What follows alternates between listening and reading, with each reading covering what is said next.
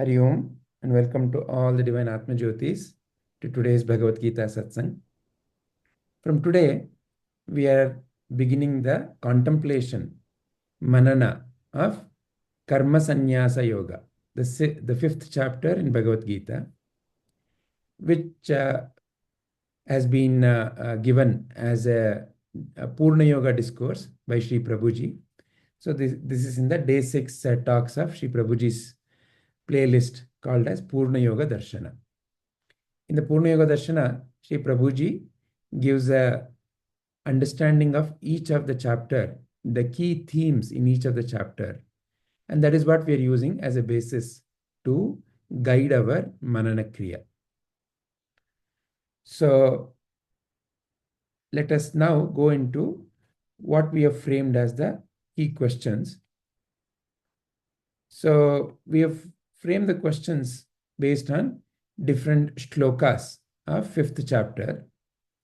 So today we have to begin from the very first shloka, and the very first shloka essentially says that we are now beginning the fifth adhyaya called as Karma Sanyasa Yoga. That's what that particular shloka says. Based on that, these are the questions that have come up. What is Karma Sanyasa Yoga? And what is Karma Yoga? How is it different? How are these two different? Or are they different at all? And why at all this is coming fifth in the sequence? Is there a reason? Is there a understanding that can be also there as to why this is the fifth in the sequence? So these are the three questions that have come up. Let us now begin our Manana Kriya. Anyone wants to volunteer to share your perspectives first?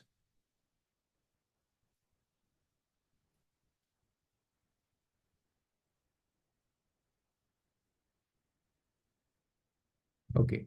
Shall we begin from Krishna ji? Yeah.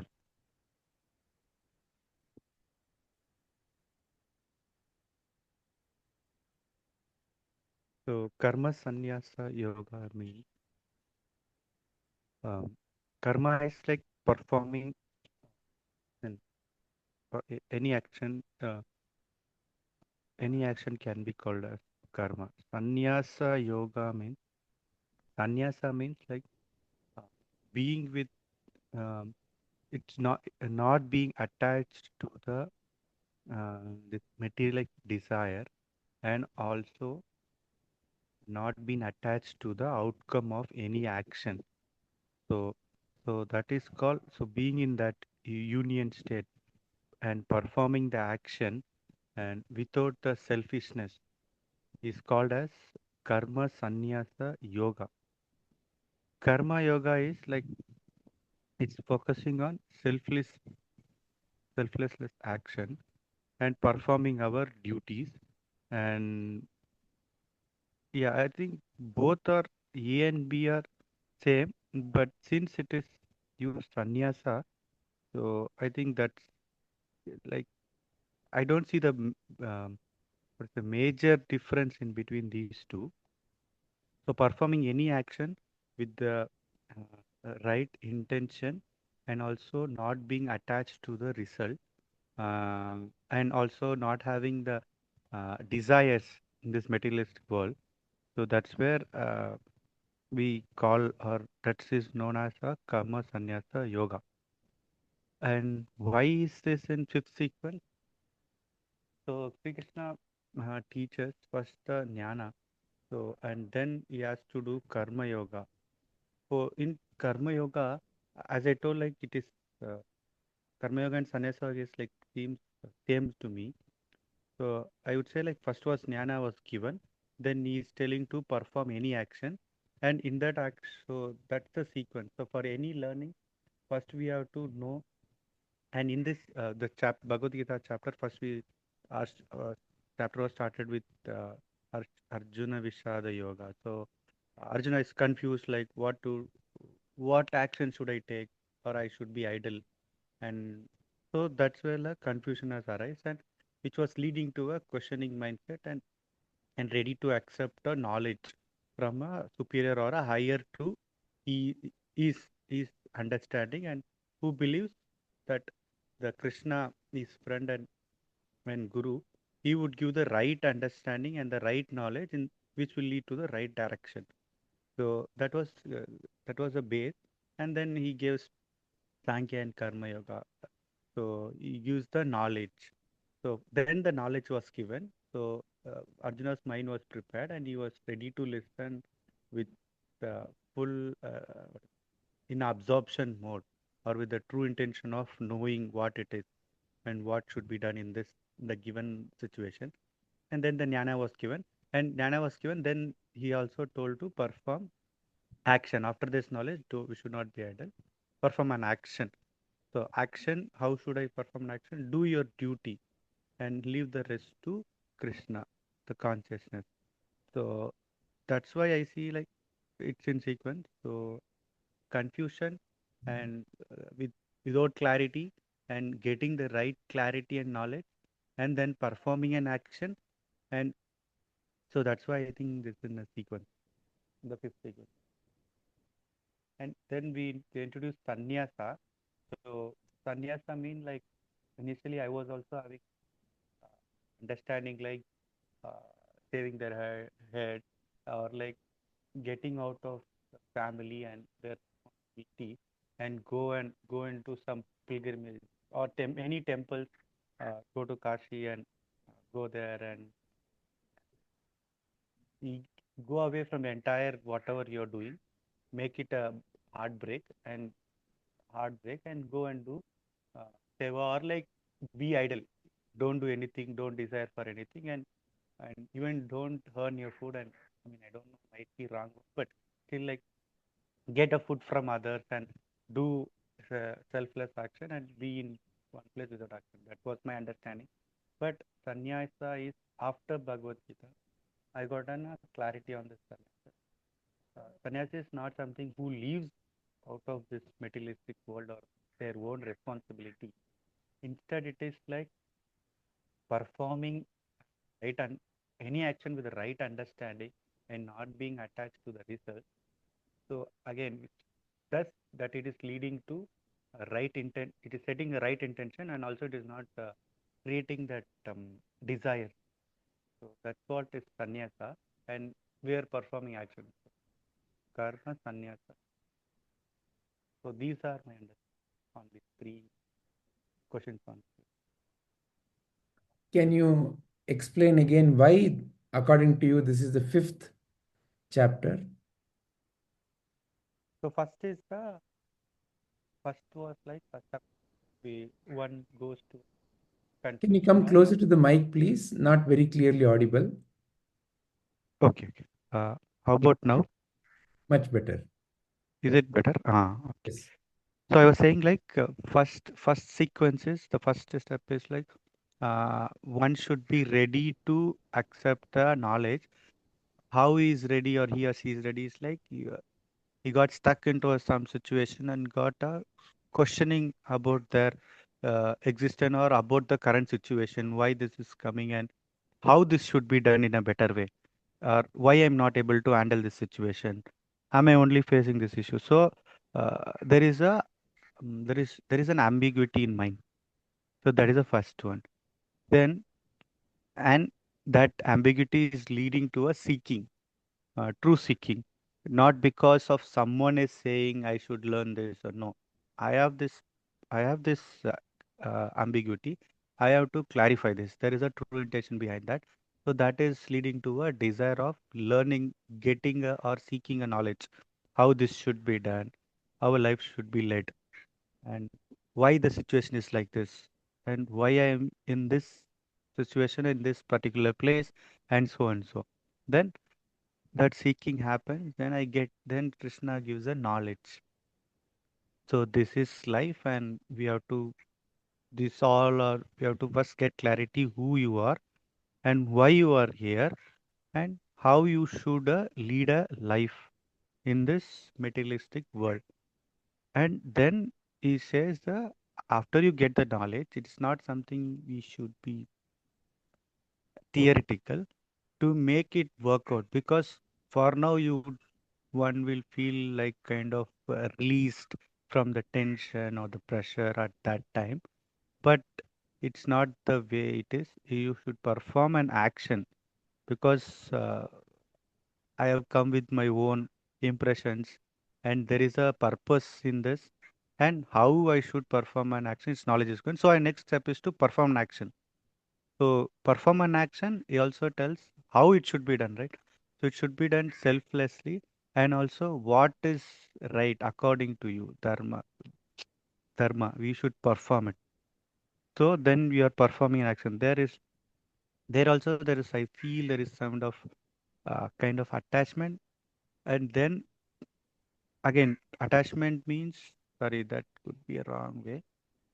No, there is no attachment. We should perform an action with the intent is like uh, there should be selflessness, yagna bhava should be there.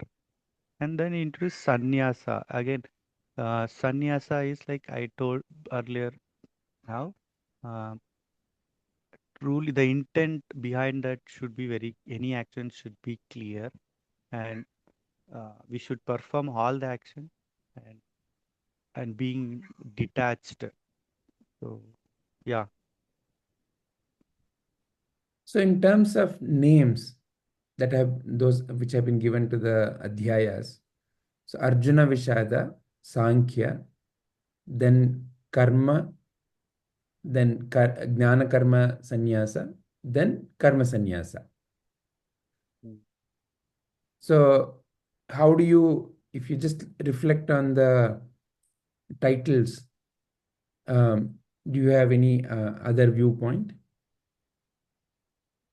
Uh, no, these are so first is confusion, ambiguity state. Next is complete knowledge, and then an action. Then again jnana, like not being attached, and uh, to the and yeah, not being attached to the result. And again sannyasa is like I think sannyasa and not being attached is sounds quite similar to me, and that word got clarified to me after this uh, chapter, right? What is true sannyasa is like that. So with the jnana and performing the action, right? That's sannyasa. Like I told, I had a different meaning and definition of and understanding of it. After this, I got to know this. Sannyasa is not something like what I understood before. All right. So let's continue to reflect.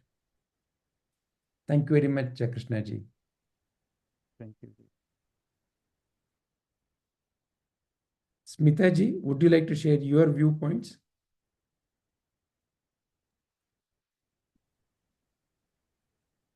What I have understood is karma sannyasa yoga is Lord Krishna is explaining to Arjuna right from where he is depressed and unable to form a decision.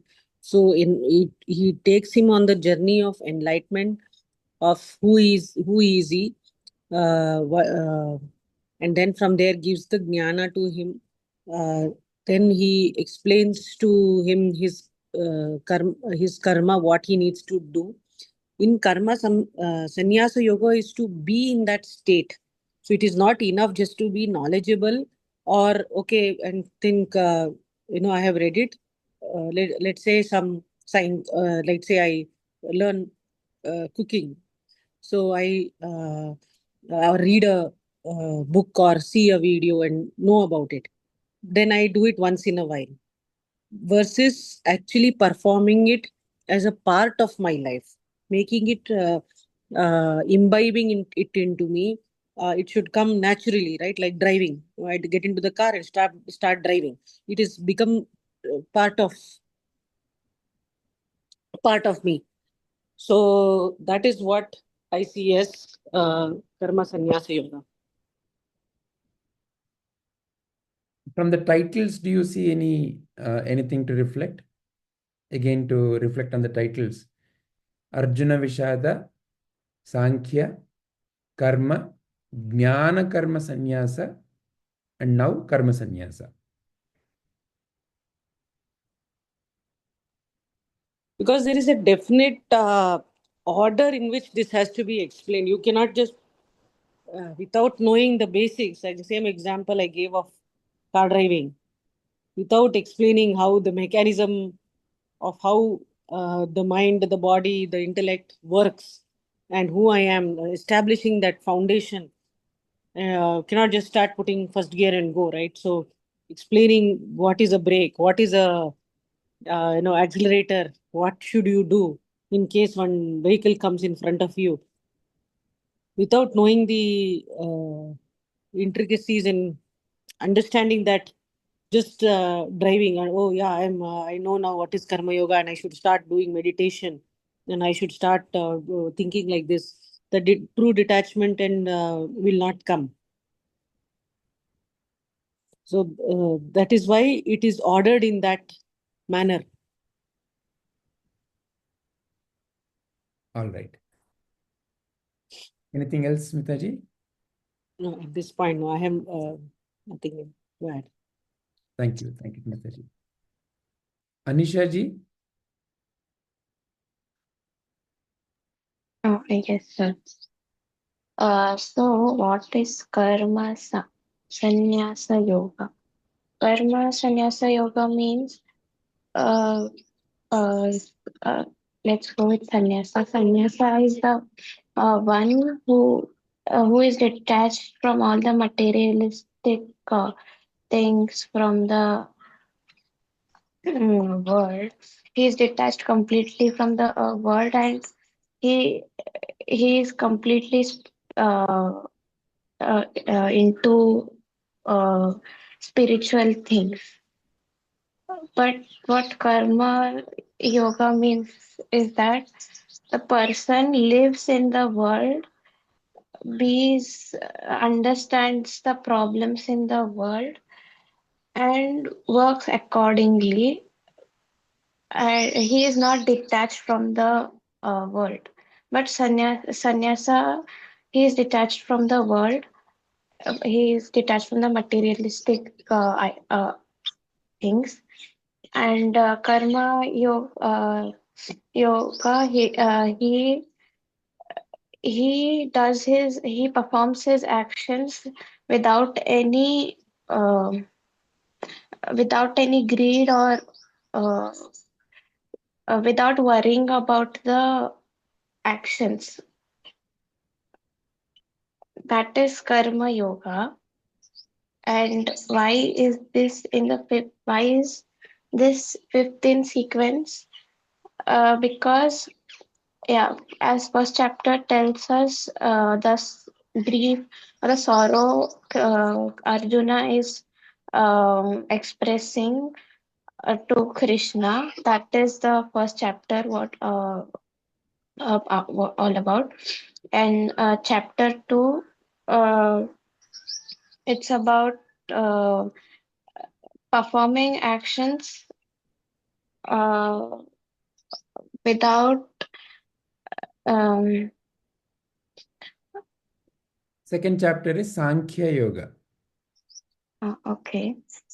So it tells us that we have to perform actions without uh, mm, without expecting outcomes. That's where we can live peacefully. And third one is what was Karma it? Yoga. Yes, sir. Yeah, karma yoga is also uh, a little bit same with that of what I told previously. It's like doing actions without any selfish deeds. That's what I feel. And the fourth one is jnana karma. Jnana karma is having knowledge of what you're doing helps you understand better. Yeah, that's what I feel. and the fifth chapter, as we have, after understanding all these, we need to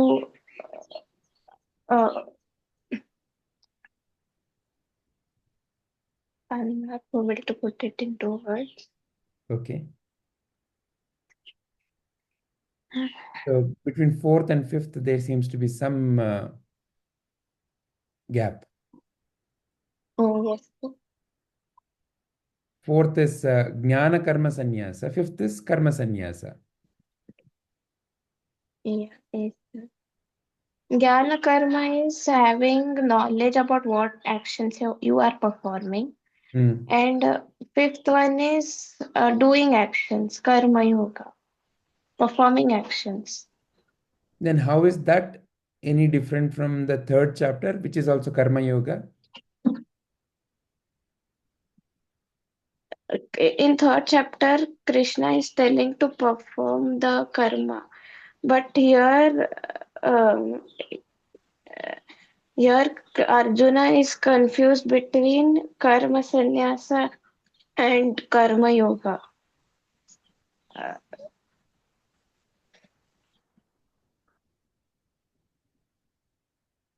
So here also Krishna is saying, do your duty. Yeah, sir. Do your duty. Don't rely on the out. Don't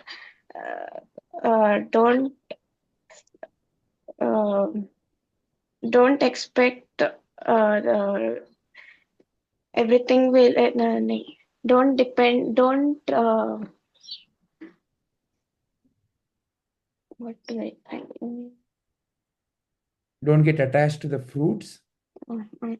Don't get attached to the results. And sannyasa yoga is like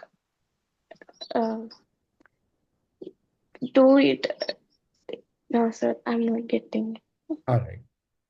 Yeah, please continue to listen and we will reflect back if it is not yet clear. Thank you very much, Anisha ji. Padma amma?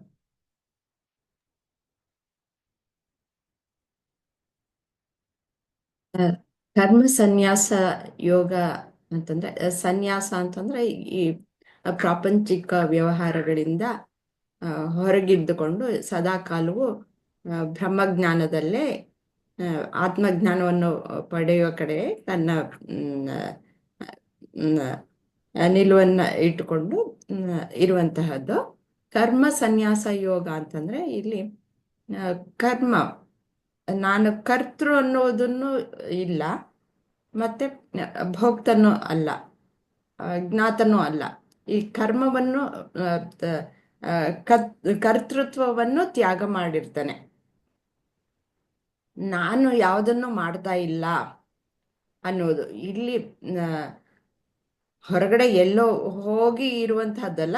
ಗೃಹಸ್ಥಾಶ್ರಮದಲ್ಲಿ ಇದ್ದುಕೊಂಡು ಸಹ ಅವನು ನಾನು ಕರ್ತೃ ಅಲ್ಲ, ಮತ್ತೆ ನಾನು ಯಾವ ಫಲಾಪೇಕ್ಷೆ ಇಲ್ಲದೆ ಈಶ್ವರಾರ್ಪಿತ ಭಾವದಲ್ಲಿ ಎಲ್ಲ ಕರ್ಮಗಳನ್ನು ಮಾಡ್ತಾ ಇದ್ದೀನಿ. ಹಾಗಾಗಿ ಕರ್ಮ ಅನ್ನೋದು ನನಗೆ ಇಲ್ಲ ಅನ್ನೋದು ಸಂಪೂರ್ಣವಾಗಿ ಇಲ್ಲಿ ಕರ್ತೃತ್ವ ಭೋಕ್ತೃತ್ವ ಎರಡೂ ಇರಲ್ಲ. ಕರ್ಮಯೋಗದಲ್ಲಿ ಅವನಿಗೆ ಕರ್ತೃತ್ವ ಭಾವ ಇರುತ್ತೆ, ಫಲಾಪೇಕ್ಷೆ ಮಾತ್ರ ಇರಲ್ಲ. ಅಲ್ಲಿ ಈಶ್ವರಾರ್ಪಿತ ಭಾವದಲ್ಲಿ ಅವನು ಕರ್ಮವನ್ನ ಮಾಡ್ತಾ ಇರ್ತಾನೆ. ಯಾವಾಗ ಫಲಾಪೇಕ್ಷೆ ಇಲ್ಲವೋ ಅಲ್ಲಿ ಯಾವ ಬಂಧನವೂ ಇರಲ್ಲ, ಅಲ್ಲಿ ವಾಸನಾ ಬೀಜಗಳು ಯಾವುವು ಉತ್ಪನ್ನವಾಗಲ್ಲ. ಹಾಗಾಗಿ ಅವನು ಅಲ್ಲಿಯೂ ಸಹ ಕರ್ಮ ಬಂಧನಕ್ಕೆ ಆಗಲ್ಲ. ಆ ಒಂದು ಜ್ಞಾನವನ್ನ ಅವನು ಪಡ್ಕೊಳ್ಳೋದು ಇದು ಜ್ಞಾನ ಕರ್ಮ ಸನ್ಯಾಸ ಯೋಗದಲ್ಲಿ. ನಾನು ಯಾವಾಗ ಫಲಾಪೇಕ್ಷೆಯನ್ನು ನಾನು ಪಡಲ್ವೋ ಆವಾಗ ನನಗೆ ಯಾವ ಸಂಚಿತ ಕರ್ಮ ಆಗಲಿ ಪ್ರಾರಬ್ಧ ಕರ್ಮ ಆಗಲಿ ಕ್ರಿಯಮಾಣಾನಿ, ಇನ್ನು ಮುಂದೆ ಬರುವಂತಹ ಆಗಾಮಿ ಕರ್ಮಗಳು ನನ್ನನ್ನ ಬಂಧಿಸೋದಕ್ಕೆ ಸಾಧ್ಯ ಇಲ್ಲ, ನಾನು ಬಂಧ ಮುಕ್ತ ಅನ್ನೋದನ್ನ ಆ ಜ್ಞಾನವನ್ನು ಅಲ್ಲಿ ಪಡೆದುಕೊಳ್ತಾನೆ. ಕರ್ಮಯೋಗ ಅಂತಂದ್ರೆ ಅದ ನನಗೆ ತಿಳಿದಿರೋದು ಹಾಗೆ ಅಲ್ಲಿ ಭೋಕ್ತೃತ್ವ ಅನ್ನೋದನ್ನ ಬಿಡ್ತಾನೆ. ಹಾಗಾಗಿ ಅವನು ಬಂಧನಕ್ಕೆ ಒಳಗಾಗಲ್ಲ. ಇದು ಕರ್ಮ ಸನ್ಯಾಸ ಯೋಗ ಯಾಕೆ 5ನೇದಕ್ಕೆ ತಗೊಂಬಂದಿದ್ದಾರೆ ಅಂತ ಅಂದ್ರೆ, ಕರ್ಮ ಸನ್ಯಾಸ ಯೋಗಕ್ಕೆ ಈ ಒಂದು ಗೃಹಸ್ಥಾಶ್ರಮವನ್ನ ಬಿಟ್ಟು ಬರೀ ಸನ್ಯಾಸಾಶ್ರಮದಲ್ಲೇ ಇರ್ಬೇಕಾದ್ರೆ ಎಲ್ಲರಿಗೂ ಸಾಧ್ಯ ಇಲ್ಲ. ಅದಕ್ಕೆ ಒಳಗಿಂದ ಧೈರ್ಯ ಅನ್ನೋದು ಬೇಕು. ಸನ್ಯಾಸಿಯಾಗಿರೋದಕ್ಕೆ ಸುಮ್ಮನೆ ನಾನು ಸನ್ಯಾಸಿ ಆಗ್ತೀನಿ ಅಂತ ಅಂದ್ಬಿಟ್ಟು ಹೋದರೆ ಆಗಲ್ಲ. ಸನ್ಯಾಸಿಯಾಗಿ ಹೋಗಿ ಎಲ್ಲೋ ಹಿಮಾಲಯದಲ್ಲೋ ಎಲ್ಲೋ ಕೂತ್ಕೊಂಡ್ರು ಅವನನ್ನ ಇಲ್ಲಿಯ ಒಂದು ಎಲ್ಲ ಸಮಾಚಾರಗಳು ಸಹ ಅವನ ಮನಸ್ಸಿನಲ್ಲಿ ಇರಬಹುದು. ಹಾಗಾಗಿ ಅವನು ನಿಜವಾದ ಸನ್ಯಾಸಿ ಆಗೋದಕ್ಕೆ ಸಾಧ್ಯ ಇಲ್ಲ. ಯಾರಿಗೆ ಅಂತಹ ದಾಢ್ಯತೆ ಇರುತ್ತೋ ಅಂಥವನು ಮಾತ್ರ ಸನ್ಯಾಸಿಯಾಗಿ ಅವನು ಸಂಪೂರ್ಣ ತನ್ನನ್ನು ಸನ್ಯಾಸಾಶ್ರಮದಲ್ಲಿ ತೊಡಗಿಸ್ಕೊಳ್ಬೇಕು. ಮೊದಲು ಅರ್ಜುನ ವಿಷಾದ ಯೋಗದಲ್ಲಿ ಅವನಿಗೆ ದ್ವಂದ್ವತೆ ಉಂಟಾಗತ್ತೆ. ದ್ವಂದ್ವತೆ ಉಂಟಾಗಬೇಕಾದ್ರೂ ಮಾನಸಿಕ ಪ್ರಬುದ್ಧತೆ ಅನ್ನೋದು ಸ್ವಲ್ಪ ಮಟ್ಟಿಗೆ ಬೇಕಾಗತ್ತೆ. ನನ್ನ ಧರ್ಮ ಜಿಜ್ಞಾಸೆ ಉಂಟಾಗಿದೆ, ನನಗೆ ನಾನು ಯಾವ್ದು ಮಾಡಲಿ ಅಂತ ಅನ್ಬೇಕಾದ್ರೂ ಅವನಿಗೆ ಯಾವುದೋ ಒಂದಷ್ಟು ಮನಸ್ಸಿನಲ್ಲಿ ಪರಿಷ್ಕರಣೆ ಆಗಿರ್ಬೇಕು. ಇಲ್ಲ ಅಂತಂದ್ರೆ ಅವನಿಗೆ ಆ ಒಂದು ಯೋಚನೆಗಳು ಸಹ ಬರೋದಕ್ಕೆ ಸಾಧ್ಯ ಇರಲ್ಲ. ಹಾಗಾಗಿ ಅವನು ನಾನು ನನ್ನ ಬಂಧು ಬಾಂಧವರನ್ನ ಕಾಪಾಡಬೇಕಾ, ಇಲ್ಲ ಅಂತಂದ್ರೆ ಈ ನನ್ನ ಧರ್ಮವಾದ ಇನ್ನೊಂದು ಧರ್ಮವಾದ ಈ ಯುದ್ಧವನ್ನ ಮಾಡಬೇಕಾ, ನನಗೆ ಹೆಚ್ಚಿಗೆ ನನ್ನ ಬಂಧು ಬಾಂಧವರು ಹೋಗ್ತಾರೆ, ನನ್ನ ಗುರುಗಳು ಮತ್ತೆ ನನ್ನ ಬಂಧುಗಳು ಆಪ್ತ ಮಿತ್ರರು ಎಲ್ಲರನ್ನು ನಾನು ಕಳ್ಕೊಳ್ತೀನಿ. ಎಲ್ಲರನ್ನು ಕಳ್ಕೊಂಡ್ಮೇಲೆ ಏನು ಇಲ್ಲದೆ ಆದ್ಮೇಲೆ ನಾನು ಬದುಕಿದ್ದು ಏನು ಪ್ರಯೋಜನ ಅನ್ನೋದು ಆ ಒಂದು ಭಾವನೆ ಬರಬೇಕಾದ್ರೂ ಅವನಿಗೆ ಒಂದು ಒಳಗಡೆ ಒಂದಷ್ಟು ವಿಚಾರಗಳು ಅವನಿಗೆ ಹೊಳೆದಿರ್ಬೇಕು. ಅವನು ಆ ಒಂದು ಹಂತವನ್ನು ಮುಟ್ಟಿದಾಗ ಈ ಒಂದು ದ್ವಂದ್ವವಾಗಿ ಅವನು ಗುರುವನ್ನ ಹುಡುಕೊಳ್ತಾನೆ. ಅವನಿಗೆ ಈ ಪರಿಸ್ಥಿತಿಯನ್ನ ನೋಡೇ ಗುರುವು ಅನುಗ್ರಹ ಮಾಡಿ ತನ್ನ ಜ್ಞಾನವನ್ನ ಕೊಟ್ಟು ಸಾಂಖ್ಯ ಯೋಗದಲ್ಲಿ ನೀನು ಯಾರು, ನೀನು ಮೊದಲು ಅವ್ರು ಸತ್ತೋಗ್ತಾರೆ ಅಂತ ಹೇಳ್ತೀಯಲ್ಲ, ಅವರು ಬರೀ ದೇಹ ಮಾತ್ರ ಹೋಗೋದು, ದೇಹ ಅನ್ನೋದು ಇವತ್ತಲ್ಲ ನಾಳೆ ಅಲ್ಲ ಇನ್ನೊಂದು ದಿನ ಅದು ಬಿದ್ದೇ ಹೋಗ್ಬೇಕು. ಬಿದ್ದು ಹೋಗೋದಕ್ಕೋಸ್ಕರ ನೀನು ಯಾತಕ್ಕೆ ವ್ಯಥೆ ಪಡ್ತೀಯ? ಆದರೆ ಆತ್ಮ ಅನ್ನೋದು ಯಾವತ್ತೂ ಶಾಶ್ವತವಾಗಿರುವಂಥದ್ದು. ನಿನ್ನ ನಿಜ ಸ್ವರೂಪವನ್ನು ನೀನು ತಿಳಿದುಕೊಂತ ಸಾಂಖ್ಯ ಯೋಗದಲ್ಲಿ ಸಂಪೂರ್ಣವಾಗಿ ವಿವರಣೆಯನ್ನ ತಿಳಿಸಿ ಆಮೇಲೆ ಜ್ಞಾನವನ್ನು ಪಡೆದುಕೊಂಡ್ರೆ ಸಾಲದು, ಆದರೆ ನೀನು ಈ ಬದುಕನ್ನ ಹೇಗೆ ನಡೆಸಬೇಕು ಸಮರ್ಥವಾಗಿ, ಮತ್ತೆ ಯಾವ ಬಂಧನವೂ ಇಲ್ಲದೆ ನೀನು ಮುಕ್ತ ಜೀವನವನ್ನ ಹೇಗೆ ನಡೆಸಬೇಕು, ಅದಕ್ಕೆ ನೀನು ಕರ್ಮಯೋಗವನ್ನ ಮಾಡು. ನೀನು ಫಲಾಪೇಕ್ಷೆ ಇಲ್ಲದೆ ಕರ್ಮಯೋಗವನ್ನು ಮಾಡಿದಾಗ ನೀನು ಯಾವ ಬಂಧನಕ್ಕೂ ಒಳಗಾಗಲ್ಲ. ನೀನು ಯಾವಾಗ ಫಲ ಅಪೇಕ್ಷೆ ಇಟ್ಕೊಂಡು ನೀನು ಮಾಡ್ತೀಯೋ ಆವಾಗ ನೀನು ಆ ಒಂದು ಆಸೆ ಅನ್ನೋದು ಇದ್ದಾಗ ನಿನಗೆ ದುಃಖ ಮತ್ತೆ ಕ್ರೋಧ ಎಲ್ಲವೂ ಬರೋದಕ್ಕೆ ಸಾಧ್ಯವಾಗತ್ತೆ. ಅದಕ್ಕೋಸ್ಕರ ನೀನು ಕರ್ಮ ಯೋಗವನ್ನ ಮಾಡು ಅಂತ ಹೇಳ್ತಾರೆ. ಆಮೇಲೆ ಜ್ಞಾನ ಕರ್ಮ ಸನ್ಯಾಸ ಯೋಗದಲ್ಲಿ ಈ ಜ್ಞಾನವನ್ನು ಕೊಡ್ತಾರೆ. ಏನು ಜ್ಞಾನ? ನಿನಗೆ ಈ ಕರ್ಮ ಫಲದಿಂದ ಉಂಟಾಗುವಂತಹ ಬಂಧನ ಎಲ್ಲನೂ ಹೇಗೆ ಸಂಚಯವಾಗುತ್ತೆ, ಇಷ್ಟು ಕರ್ಮಗಳು ನಿನ್ನ ಬಂಧನಕ್ಕೆ ಒಳಗಾಗುತ್ತೆ ಎನ್ನುವ ಚಿಂತೆಯನ್ನ ಬಿಟ್ಟು ಬಿಡು. ನೀನು ಯಾವಾಗ ನಾನು ಭೋಕ್ತನಲ್ಲ ಅಂತ ಅಂದಾಗ, ನೀನು ಈಶ್ವರಾರ್ಪಿತ ಭಾವದಲ್ಲಿ ನೀನು ಕರ್ಮವನ್ನು ಮಾಡಿದಾಗ ಅದು ನಿನಗೆ ಕರ್ಮ ಸಂಚಯವಾಗಲ್ಲ. ಹಾಗಾಗಿ ನೀನು ಬಂಧ ಮುಕ್ತನಾಗ್ತೀಯ ಅನ್ನುವ ಒಂದು ಜ್ಞಾನವನ್ನ ಕೊಡ್ತಾರೆ. ನಿನ್ನ ಹಿಂದೆ ಅಂತಹ ಈ ಒಂದು ಜ್ಞಾನವನ್ನ ಪಡೆದುಕೊಂಡಾಗ ನಿನ್ನ ಹಿಂದಿನ ಕರ್ಮಗಳು ಸಹ ಭಸ್ಮವಾಗಿ ಹೋಗುತ್ತವೆ. ಮತ್ತೆ ಈಗಿನ ಕರ್ಮವೂ ಸಹ ಇರಲ್ಲ. ಯಾವುದು ಪ್ರಾರಬ್ಧವಾಗಿ ಬಂದಿರುತ್ತೋ ಅಂತಹದ್ದ ಒಂದು ತೀಕ್ಷ್ಣತೆಯನ್ನು ಸಹ ನೀನು ಕಡಿಮೆ ಮಾಡ್ಕೊಳ್ಳೋದಕ್ಕೆ ಸಾಧ್ಯ ಇದೆ. ಆದರೆ ಸಂಪೂರ್ಣವಾಗಿ ನಿನ್ನ ದೇಹವಿರುವವರೆಗೂ ನೀನು ಪ್ರಾರಬ್ಧ ಕರ್ಮವನ್ನು ಮಾತ್ರ ಅನುಭವಿಸ್ಬೇಕಾಗತ್ತೆ. ಇನ್ನು ಮುಂದೆ ಸಹ ನಿನ್ನ ಯಾವ ಒಂದು ಆಗಾಮಿ ಕರ್ಮವೂ ಸಹ ಇರಲ್ಲ. ನೀನು ಬಂಧ ಮುಕ್ತನಾಗ್ತೀಯ ಕರ್ಮ ಯೋಗವನ್ನು ಮಾಡ್ತಾ ಹೋದ್ರೆ ಅನ್ನುವ ಜ್ಞಾನವನ್ನ ಜ್ಞಾನ ಕರ್ಮ ಸನ್ಯಾಸ ಯೋಗದಲ್ಲಿ ಕೊಡ್ತಾರೆ. ಈಗ ಕರ್ಮ ಸನ್ಯಾಸ ಯೋಗದಲ್ಲಿ ಅಂತಂದ್ರೆ ಈ ಒಂದು ಎರಡು ನೀನು ಅಲ್ಲಿ ನಾನು ಮಾಡ್ತಾ ಇದ್ದೀನಿ ಅನ್ನುವ ಒಂದು ಕರ್ತೃತ್ವ ಅನ್ನೋದು ಇತ್ತು. ಆ ಕರ್ತೃತ್ವವನ್ನ ಬಿಟ್ಬಿಡು ಅಂತ ಹೇಳ್ತಾ ಇದ್ದಾರೆ. ಇಷ್ಟು ನನಗೆ ಆಗಲಿ. ಧನ್ಯವಾದ. ಧನ್ಯವಾದಗಳು sir. Padmaji. Yes, sir. I think Padma Amma put all the terms very beautifully. So I'll just add a few things. So Karma Yoga is actions based on Swadharma. Swadharma, and according to whatever roles you are playing, you are doing your actions. And mostly in Karma Yoga, the actions are driven by the ego. So it is mostly what benefit can I get by doing any action is what is the end goal of Karma Yoga. However, Krishna describes that Karma Yoga is easier for anyone to do. Any Grihastha, Karma Yoga is recommended over Karma Sanyasa Yoga, because when we talk of Sanyasa, we are talking about the renunciation of action itself. So an ego-driven mind can only keep on claiming that I did this. So Karma Yoga is preferable for everyone in general. So that is what is described in Karma Yoga.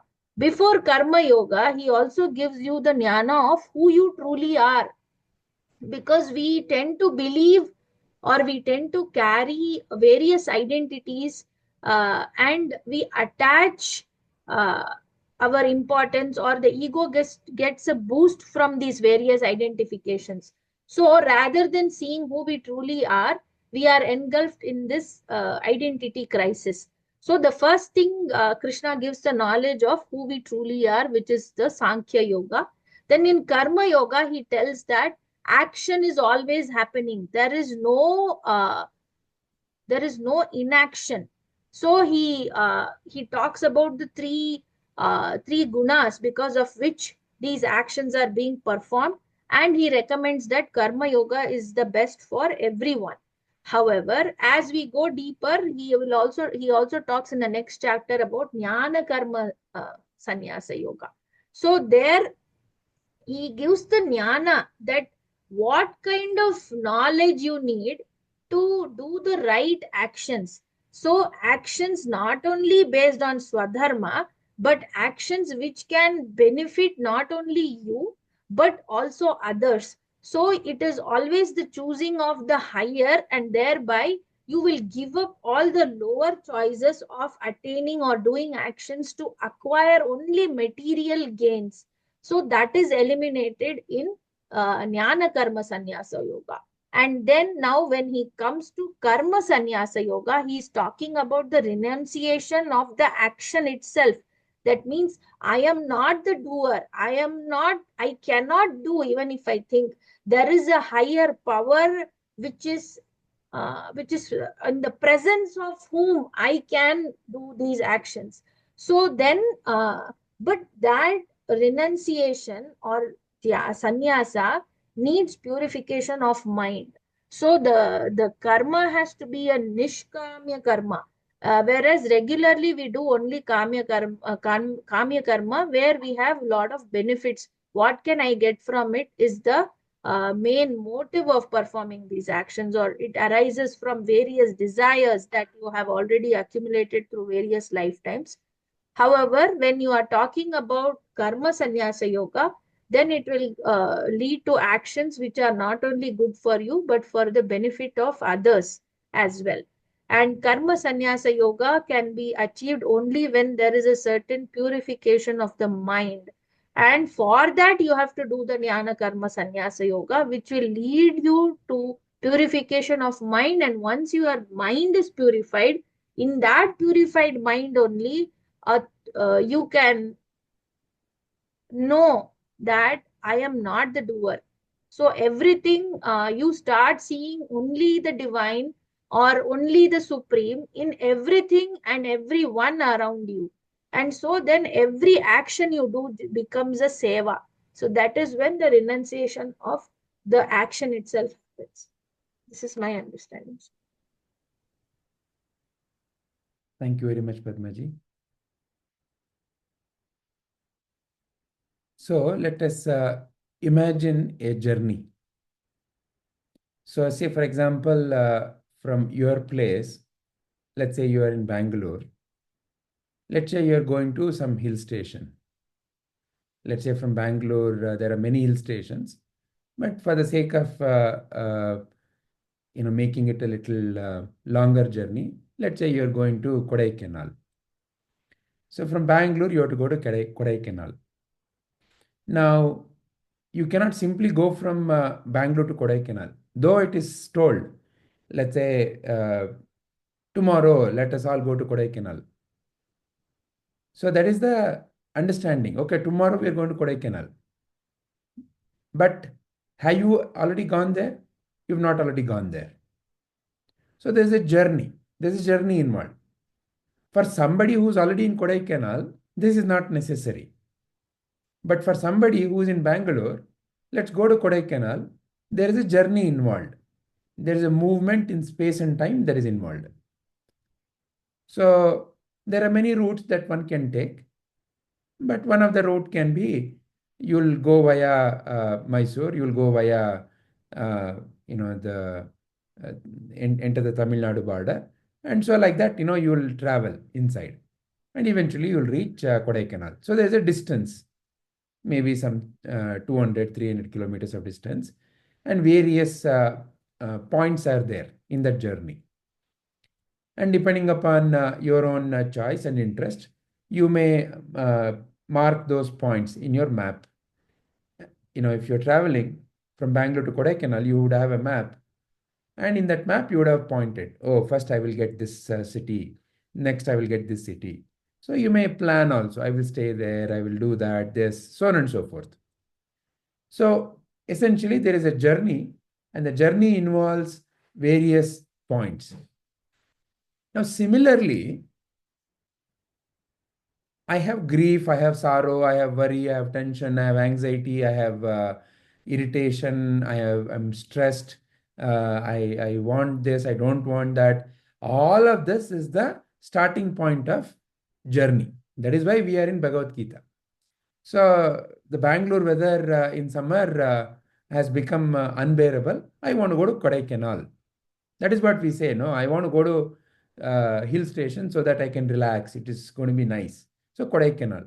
So similarly, when I have grief, anger, worry, tension, blah, blah, blah, blah, what is a Kodaikanal equivalent?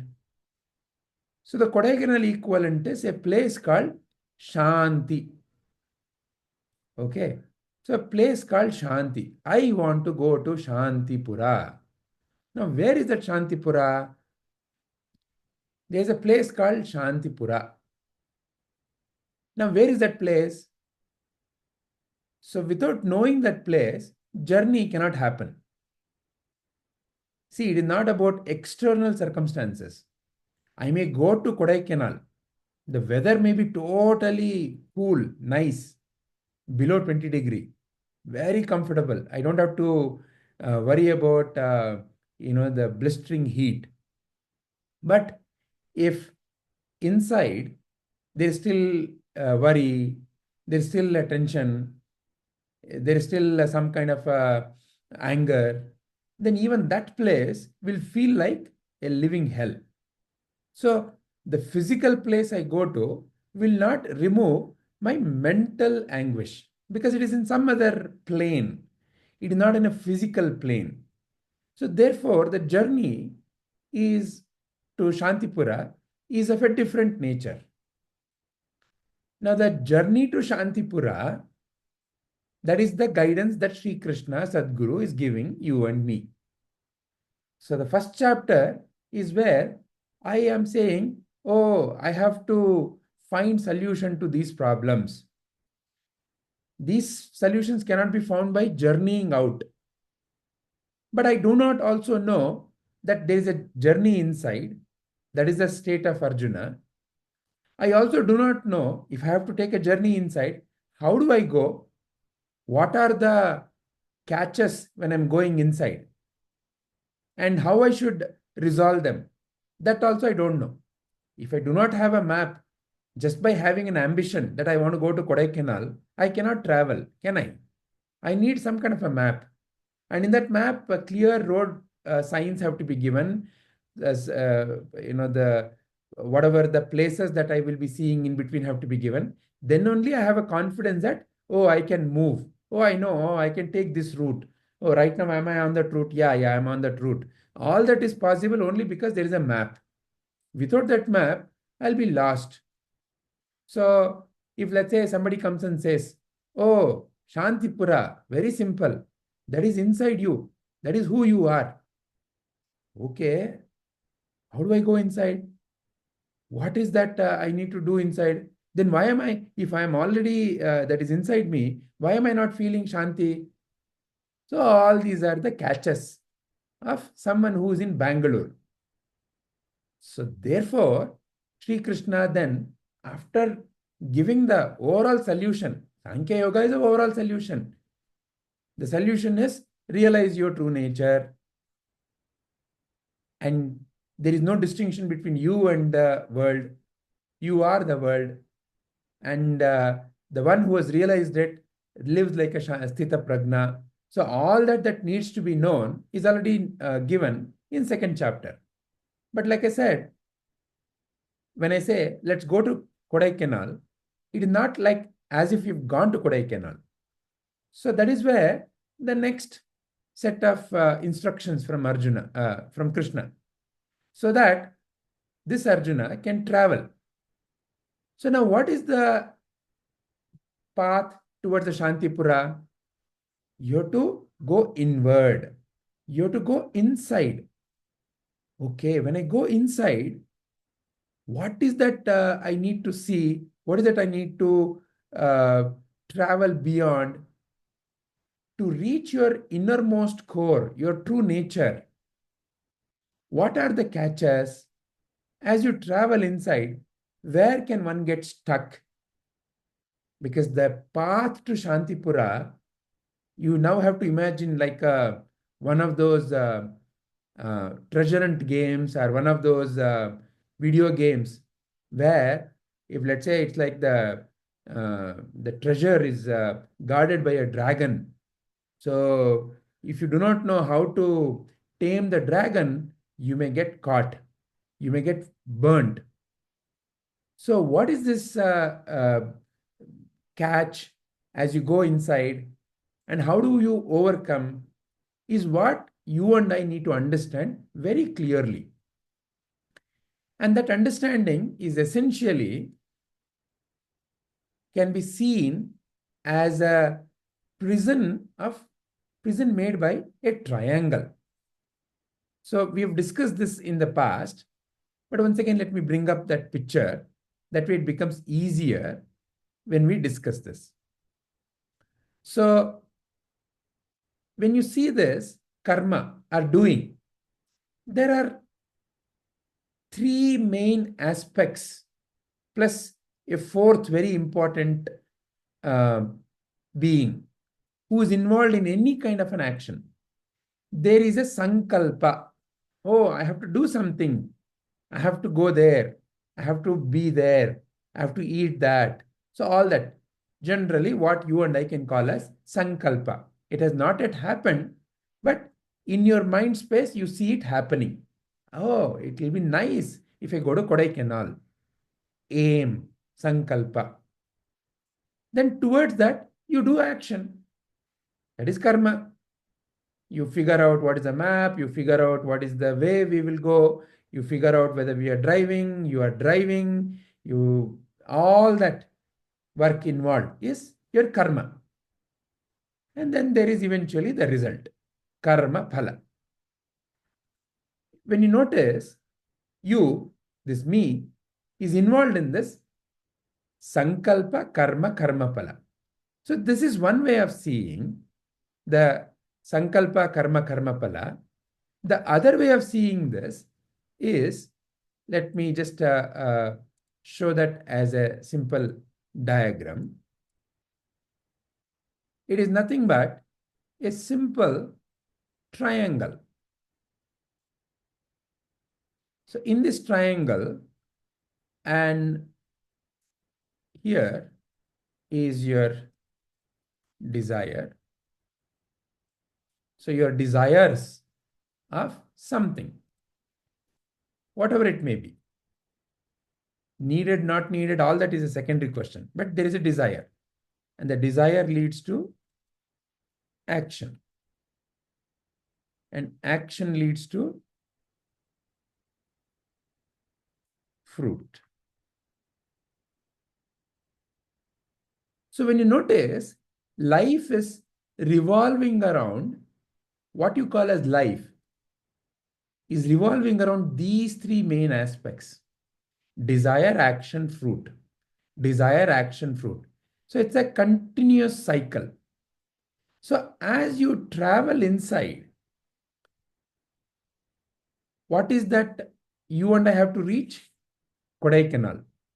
What is Kodaikanal in the inward journey? Shantipura. Now the Shantipura, if you are stuck in this triangle, this is the dragon. You won't be able to reach Shantipura, because Shantipura is beyond this. Because in the desire, action, fruit, there is still, if I desire, no problem. If I'm acting for my desire, no problem. But if the fruit is not according to what I want, there's a problem, right? So like that, there are different catches in each of these three. So therefore, those nuances have to be realized before I truly go and settle down in Shantipura. Because my aim is to go and settle down in Shantipura. But I get caught in this cycle when I'm traveling inside. So therefore, Sri Krishna wants to help you and me by giving you and me the viveka of what is this cycle made up of, and how you and I can come out of this cycle so that you and I can get established in Shantipura. So the first catch is fruit. If you notice, all that you are doing, whatever you are doing, is for this fruit. So I got it or I didn't get it. What I got, I'm okay. What I got, I'm not okay. Is the first catch, is where first we wail. So we go and ask children, what do you want to become? Oh, I want to become an astronaut. I want to become a scientist. I want to become an engineer. I want to become a doctor. So nothing wrong. Everybody has a wonderful aim. I want to be a pilot. But the catch is, then they have to go through various situations of life. And during those various situations of life, there is a lot of others also who have a similar desire. So sometimes, they have to write so-called competitive exams. Sometimes they may get it, sometimes they may not get it. So all that is part and parcel of the game called life.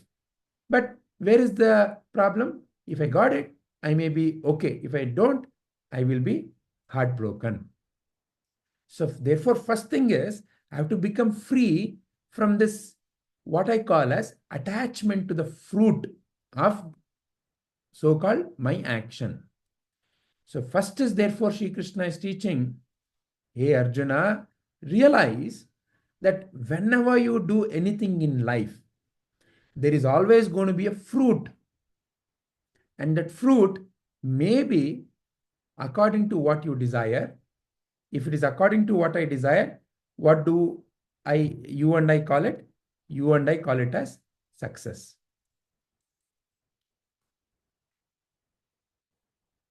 Or Arjuna realize it may also be failure. What do you and I mean by failure? When it is not according to what you and I desired. Realize, Arjuna, the game of life is always going to yield you either this or this. Actually, in reality, life is not yielding this or this. But at least for you and me, when we are looking at it, it is seen as this or this. And I want only this and not this is not how life works. So therefore, first thing Sri Krishna is teaching you and me is, Arjuna, play the game of life. Wonderful, no problem, because it is in the game of life that you and I evolve. It is the thrill is in the game of life. If I simply sit in Bangalore and say, there is a place called Kodaikanal where everything is nice, hunky-dory, I have no experience of it. It is an imagination. But I keep on thinking about it. That is not going to be a thrilling game. I have to make up my mind. Okay, I will travel. And the journey is where the thrill is, right?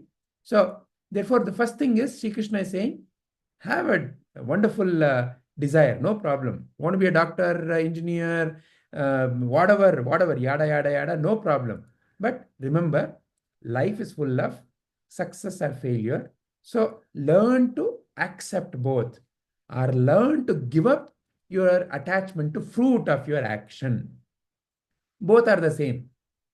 Either you give up the attachment to fruit of your action. Means what? Either success or failure, I have no problem. Or another way of saying is learn to accept both. Because life, the game called life, yields you both. So learn to accept. So this is the first step, to be free from the attachment to fruit of action. So because I am the bhokta of whatever I am doing, bhokta aham, I have to enjoy, no?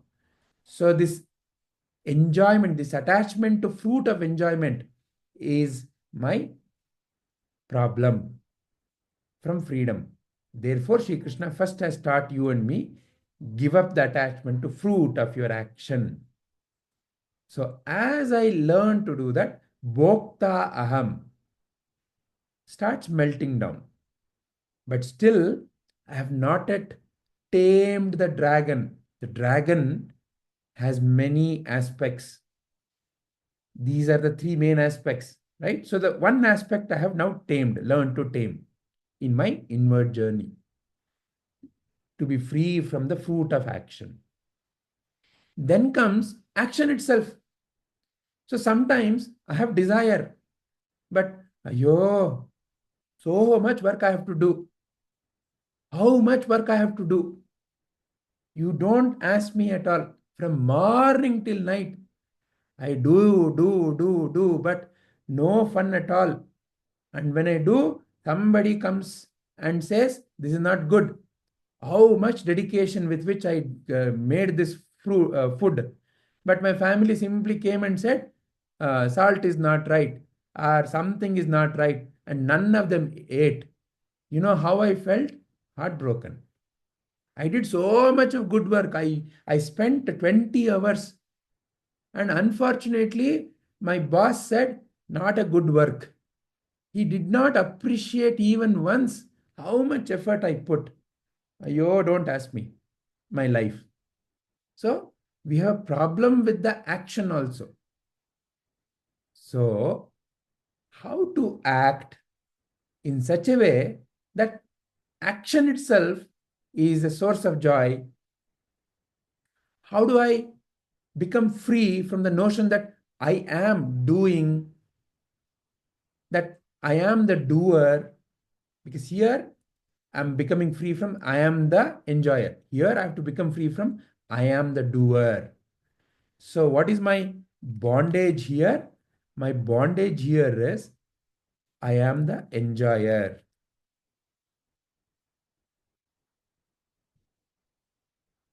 So I have to become free from I am the enjoyer.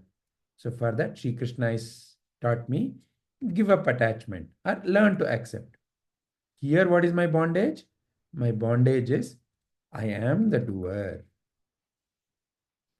So now I have to become free from the I am the doer. Who is the doer? So therefore, Sri Krishna teaches, Arjuna, you are not really the doer. Doing is happening by so many things. You are just one of the cog in the wheel called life. You are not the whole. Again, remember, to who is he teaching all this? To the one who is in Bangalore. We are not talking about the one who is already in Kodaikanal. So for the one who is in Bangalore, he is saying, you are not the doer. So that when you're doing something, how you should do? When you do what you are doing as a yajna, as an offering, to who? Many ways you can relate to that. When you are doing something for, as an example, a mother, when she feels I'm cooking for my family, there's a lot of energy. Many a times I've seen mothers don't even eat, but seem to be very full and content when simply everybody enjoys whatever they have done. So there's a great deal of energy in doing for the benefit of others as a mother. Or, when you look at somebody who, like our APJ Kalam, why are you doing what you're doing? For my country. My country has to be the best. And it is very important to defend my country. I'm doing for my country. So he finds tremendous energy. Why? He's not doing for himself. He has to do 100 things, but he has to do it for the country. The country is what? A bigger family. What is a mother's notion? A smaller family. APJ Kalam's notion is a bigger family, bigger amount. I have to defend all of this. I have to serve all of them. Like how our Modi ji says, I am serving my 140 crore Indians. So that notion itself gives a lot of energy. There is no more I have to do for myself. In that process, you naturally are taken care of. You naturally get whatever that is due to you. So I am the doer notion is what I need to become free from. I am not really the doer. However, when I'm doing what I'm doing, if still that notion is there that I am the doer, then do it for a larger cause. Become attached to the purpose. See a greater purpose for what you are doing. Don't look at, oh, roti kapda makan. When you keep looking at roti kapda makan, you are stuck. You will always have that tension. Go beyond roti kapda makan. See the larger purpose of what you are doing. See how it can serve. There's a beautiful story that all of you would know. There are these three people who are sculpting various sculptures for a temple. And the first one seems to be constantly looking at the time. And somebody asks, why? Oh, I have to go back. I have to go to my family. I have a contract of working for 6 hours. Why are you doing this? What to do? I have to say, take care of my family. This is one of the things that I know I'm doing. So he's sculpting. What is he sculpting? He's sculpting his own, when can I go back home? Then there is another person. And when somebody asks him, okay, what are you doing? and you seem to be relatively peaceful. Oh, I am doing this because I enjoy sculpting, and here is one way I'm learning better. Great. He seems to be relatively peaceful than the first person. But there is another third person, third sculptor, who seems to be full of joy, who doesn't ever see the time, who seems to come early in the morning, go late in the night. He doesn't seem to, nobody seems to ask him, or tell him you have to do more. He himself figures out everything and he's constantly doing that. And when asked, why are you doing? Oh, this one, this is going to be a temple. There'll be millions of people who will come. And when they come, I would love them to look at this sculpture and feel that peace, feel that happiness. And when each one of them feel that, what a joy it will be. So what am I doing? I'm serving all the millions. He is now free in whatever he is doing. So like that, there are different attitudes that you and I can have for the same doing. But still, Sri Krishna is teaching you and me about the dragon, right? So still we have not yet mastered the dragon. I am the doer is my second bondage, which when I understand I am not the doer and how I can do what I do as a yajna, then the second aspect, I am the doer, I can start mastering it. But there is one more subtler thing, because remember, the whole thing has these three aspects: sankalpa, action, result, right? So this desire, who is the one who has the desire? Desire means what? I have affinity to something. Or in other words, I don't want something.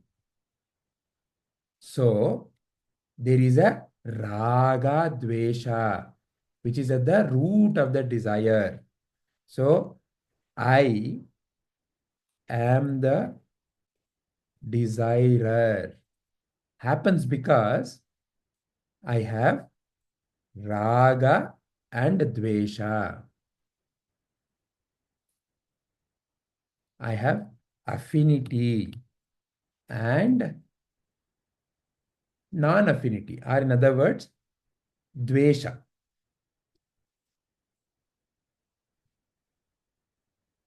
So raga, dvesha are at the root of the desire. I want something, I don't want something. I want this only, I don't want that. So this is the other aspect of the dragon that I need to master. So therefore, Sri Krishna is step by step to become free from the enjoyment, the fruit, because this is what first bothers. And the steps are important because, in a way, each of this is a lot more subtler. I can clearly understand this aspect easily. This aspect is little more subtle. This aspect is even more subtle. Who is the one who has the desire? And why do I have raga and dvesha? And how I can truly be free from raga and dvesha is the essence of karma sanyasa.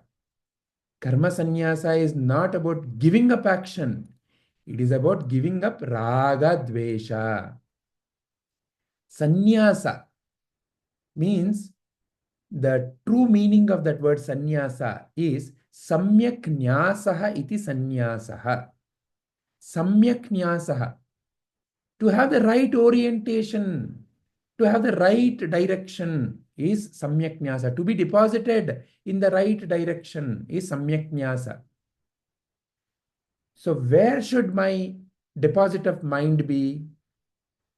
To Kodaikanal?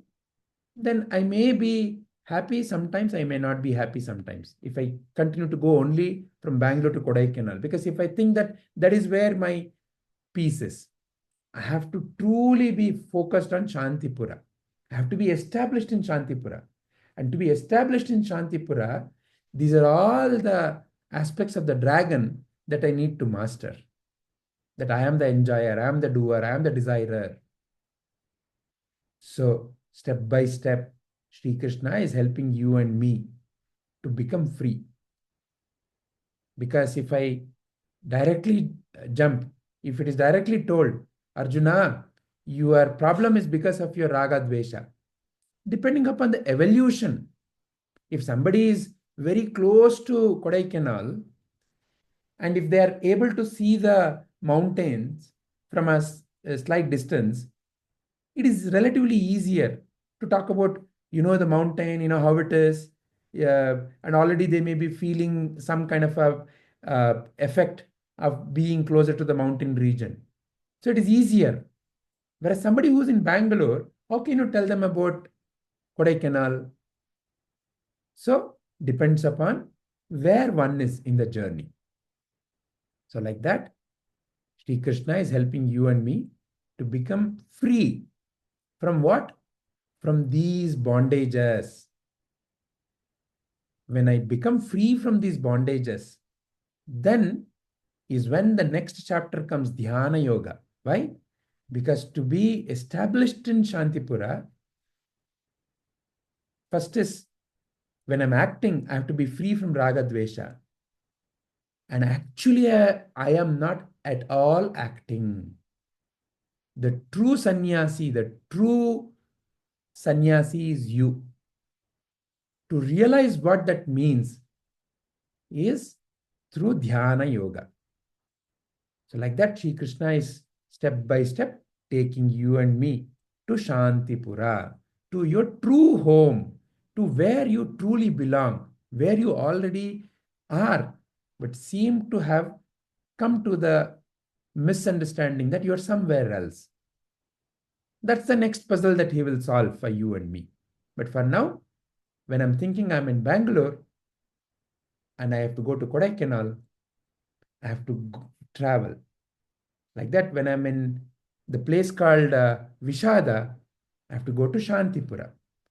So that travel involves me taming this dragon. And this dragon has these three bondages. I'm the enjoyer, I'm the doer, I'm the desirer. And I have to become free from them. So Sri Krishna is giving you and me Viveka, that right discrimination, how to become free.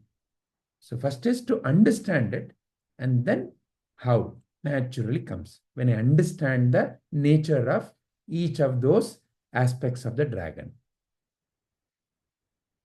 Hari Om.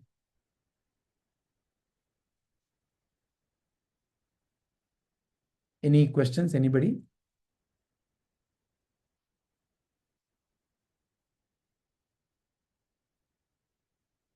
Anisha ji, was it all clear? Yes, sir. Any other questions? Or any other points to add, anybody? Krishna ji, Smita ji, Padma ji. No. ಏನಿಲ್ಲ sir, ತುಂಬಾ ಚೆನ್ನಾಗಿತ್ತು. All right. Then let us end our today's contemplation. Hari Om. Shri Gurubhyo Namaha. Sarvam Shri Krishna Arpanamastu.